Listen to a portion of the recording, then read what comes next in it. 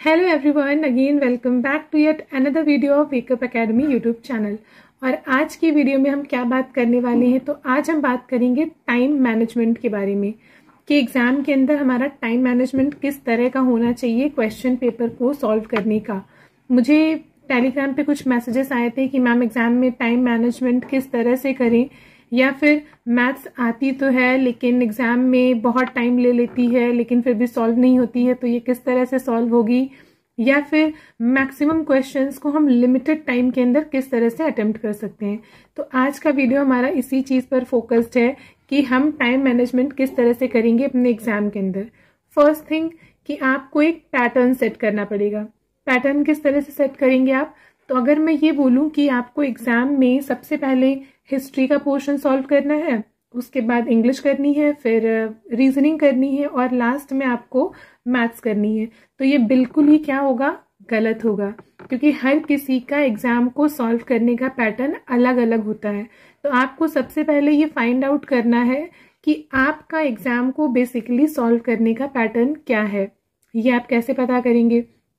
तो एग्जाम का जो आपका पीवाईक्यू पूरा पेपर होता है, लास्ट ईयर का कोई भी आप मॉडल पेपर उठा सकते हैं, उससे आप प्रैक्टिस करके देख सकते हैं कि हाँ आपका कौन सा पोर्शन अच्छा है, किस पे आप अच्छे से पहले वर्क कर सकते हैं। कि जैसे मैंने अभी लास्ट ईयर मान लो एग्जाम दिया, तो मुझे रियलाइज हुआ कि मैंने जीएस सबसे पहले की, मतलब जस्ट फॉर एन एग्जाम्पल कि मैंने जीएस सबसे पहले की, उसके बाद मैंने इंग्लिश को किया, फिर मैंने रीजनिंग को किया और लास्ट में मैंने मैथ्स को किया। तो मैथ्स को मैंने एग्जैक्टली बहुत ज्यादा टाइम दिया और फिर भी क्वेश्चन सॉल्व नहीं हुए।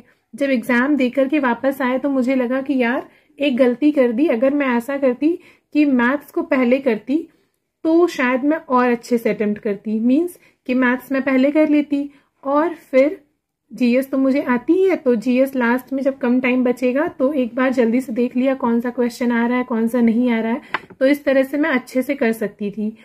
या फिर मैं किसी और पैटर्न पे वर्क कर सकती थी। तो ये सभी चीजें आपको तब पता चलेंगी जब आप क्या करोगे, क्वेश्चन को एक बार पूरा सॉल्व करोगे। पूरे 2 घंटे का टाइम लेकर के अपने पेपर को सॉल्व करो। फर्स्ट टाइम में आपने सोचा कि आपको जीएस सबसे पहले करनी है, तो आप जीएस को पहले रख के देखो।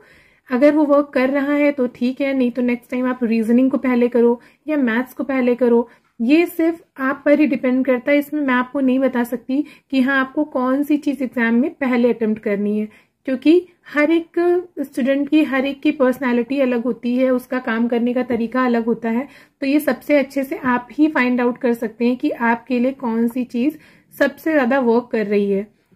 तो पहली चीज तो ये हुई आपके लिए कि आपको एक पैटर्न को सेट करना है अपने एग्जाम के लिए, जो हर एक का डिफरेंट होता है। उसके लिए आपको गो थ्रू करना पड़ेगा पुराने पेपर्स के थ्रू, कि आप अपना एक टाइम लिमिट सेट करो कि हाँ 2 घंटे में मुझे पूरा पेपर सॉल्व करना है।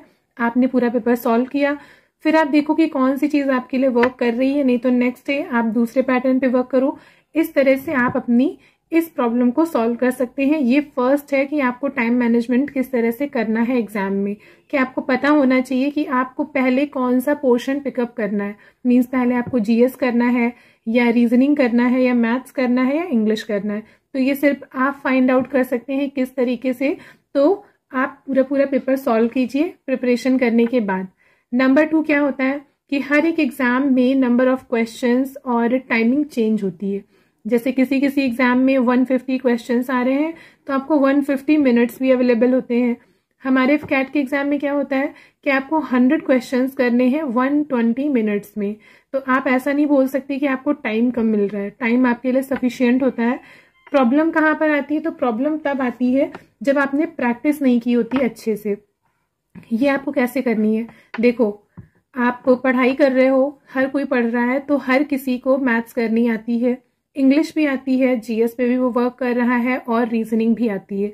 लेकिन एग्जाम में प्रैक्टिस के बिना हर एक चीज बेकार हो जाती है। अब जैसे कि देखा होगा आपने जीडी का या यूपीएसआई का, ये सभी एग्जाम्स होते हैं, तो इसमें लास्ट में रनिंग मांगी जाती है आपसे, ठीक है। तो रनिंग के लिए क्या होता है कि रनिंग आप बोले तो सबको आती है, मुझे भी आती है, आपको आती है, सबको आती है रनिंग करना। लेकिन एग्जाम में क्या होता है कि एक प्रॉपर आपको टाइम लिमिट दी जाती है कि हाँ इतने मिनट्स में आपको इतने किलोमीटर्स की रनिंग को कंप्लीट करना है। तो उसके लिए आप क्या करते हो, उसके लिए आप ये तो नहीं बोलते हो कि हाँ मुझे तो रनिंग आती है और जाके कर लेंगे, नहीं। उसके लिए आप क्या करते हो, आप 2-3 महीने पहले से रनिंग की प्रैक्टिस करते हो। मॉर्निंग में, इवनिंग में आप रनिंग की प्रैक्टिस करते हैं।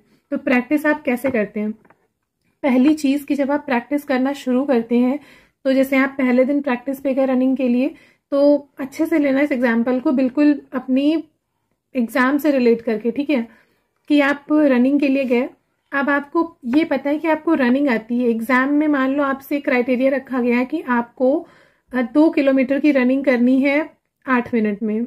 जस्ट फॉर एन एग्जाम्पल, मुझे पता नहीं है कितनी होती है, तो 2 किलोमीटर की रनिंग करनी है 8 मिनट में, ठीक है। अब आपने पहले 8 मिनट में 2 किलोमीटर की रनिंग नहीं करोगे, आप पहले 2 किलोमीटर दौड़ोगे, फिर आप देखोगे आज आपको कितना टाइम लगा। अगर आपको 15 मिनट लगे हैं तो आप ये समझ गए कि हाँ आपसे ये चीज 15 मिनट में हो रही है अभी। फिर आप उसको डेली डेली प्रैक्टिस करोगे, अपनी स्पीड को इंक्रीज करोगे। फिर 1 हफ्ते बाद आपको उसमें हो सकता है 12 मिनट लग रहे हो, और 1 महीने बाद, 2 महीने बाद आपको हो सकता है वो 7 मिनट में ही कंप्लीट हो रही हो, 6 मिनट में कंप्लीट हो रही हो। तो मेरा मतलब ये है कि ये चीजें आपको प्रैक्टिस से आती है।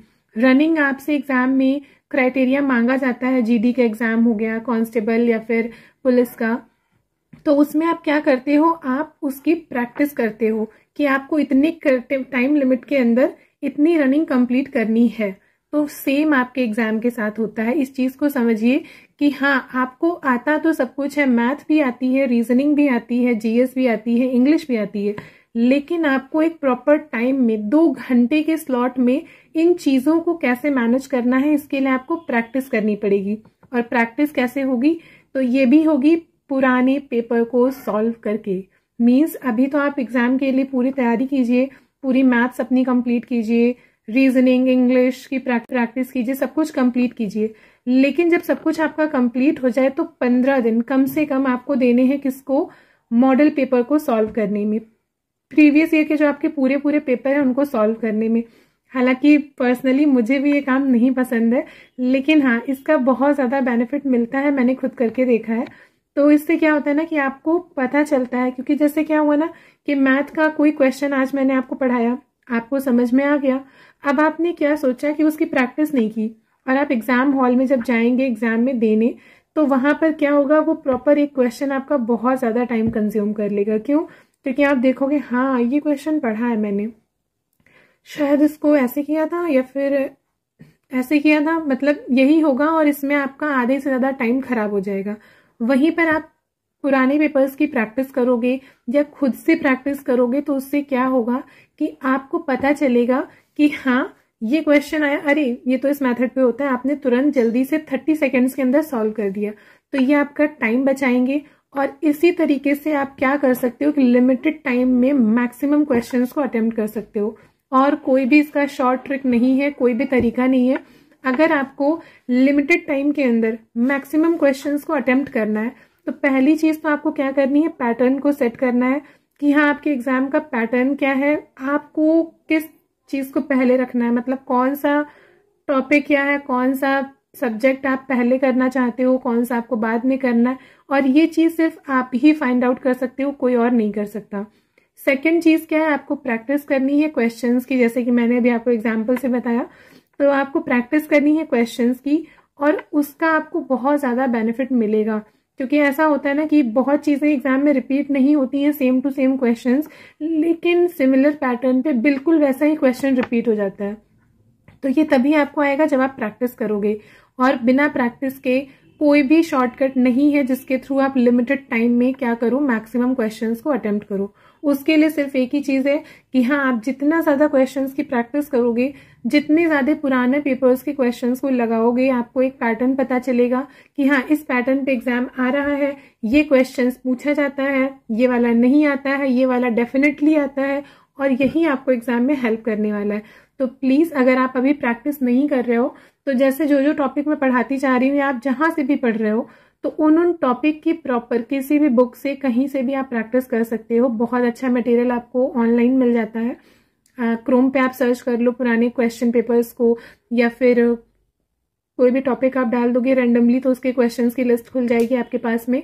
तो इस तरह से आप क्या कर सकते हो, पुराने पेपर्स को या फिर कहीं से भी किसी भी टॉपिक के क्वेश्चंस की प्रैक्टिस करना शुरू करो। जैसे अभी आपने टाइम एंड वर्क मुझसे पढ़ा हुआ है, तो आपको ये चाहिए कि हाँ टाइम एंड वर्क हमारा कंप्लीट हुआ, अब नेक्स्ट टॉपिक से पहले टाइम एंड वर्क पूरा आपका फिनिश हो जाना चाहिए। मतलब हर टाइप के क्वेश्चन जो आपको लगता है एफकैट में आ सकते हैं, मैंने वो सभी आपको पढ़ाए हैं, तो उनके आप प्रैक्टिस कर लो। अब आपको कैसे पता चलेगा हाँ ये सफिशियंट है या नहीं है, तो अगेन आई रिपीट कि आपको क्या करना होगा, प्रीवियस ईयर क्वेश्चंस को देखना होगा कि हाँ क्वेश्चंस क्या आ रहे हैं।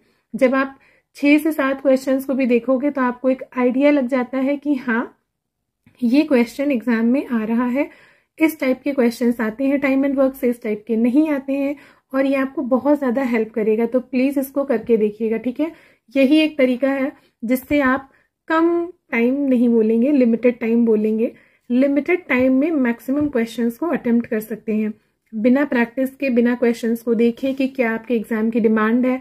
आप कुछ भी करेंगे, आप लिमिटेड टाइम में बहुत सारे क्वेश्चंस नहीं कर पाओगे, वहां पर आपको नहीं समझ में आएगा, ये मेथड तो पढ़ा ही नहीं था, ये तो ऐसा आ गया वैसा आ गया। तो प्लीज प्रैक्टिस कीजिए क्वेश्चंस की। जहां पर भी आपको डाउट हो आप मुझे मैसेज कर सकते हैं यूट्यूब पर, या फिर टेलीग्राम में आप मेरे चैनल पे वेकअप अकेडमी नाम से है चैनल, उस पर आप कमेंट कर सकते हैं, तो आपके सारे डाउट्स वहां पर क्लियर हो जाएंगे, ठीक है। तो मिलते हैं नेक्स्ट वीडियो में, वो हमारा नेक्स्ट टॉपिक होगा मैथ्स का पाइप वाला, ठीक है। पाइप को कंप्लीट करेंगे, उसके बाद कौन सा टॉपिक आपको पढ़ना है, डिस्टेंस, टाइम एंड स्पीड पढ़ना है, या इंटरेस्ट पढ़ना है, या परसेंटेज पढ़ना है, वह बताइएगा, तो उस टॉपिक को पहले शुरू करें।